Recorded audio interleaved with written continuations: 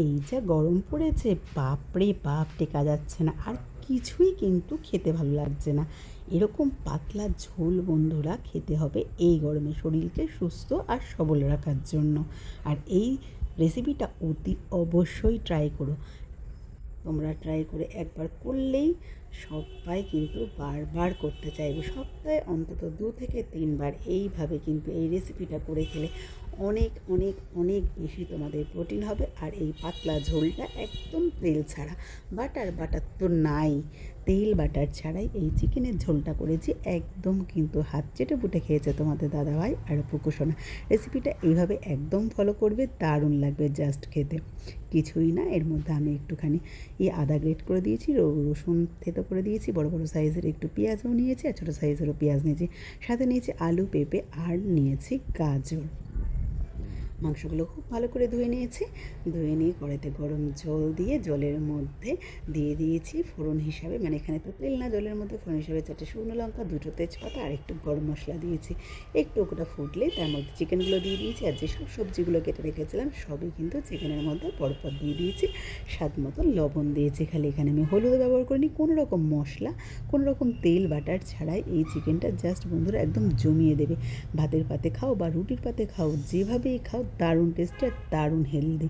বাচ্চারা দেখবে স্যুপ হিসাবে দারুণ খাবে। এটাকে আমি বেশ আধ ঘন্টা কিন্তু সেদ্ধ করব ভালো করে। আধ ঘন্টা সেদ্ধ করার পরে এখান থেকে যে টমেটোগুলো দিয়েছিলাম বড় বড় করে, টমেটোগুলো তুলে নেবো। আর বড় বড় সাইজের যে পেঁয়াজগুলো দিয়েছিলাম পেঁয়াজও তুলে নেবো, তার সাথে 2-4টে গাজরও তুলে নেব। আর এবার কিন্তু যে 4টে শুকনো লঙ্কা তুলেছিলাম সেটাও তুলে নেবো। নিয়ে সবগুলো একটা ম্যাশার দিয়ে বা ওই হামালদিস্তা দিয়ে কিন্তু ভালো করে ম্যাশ করে নেব।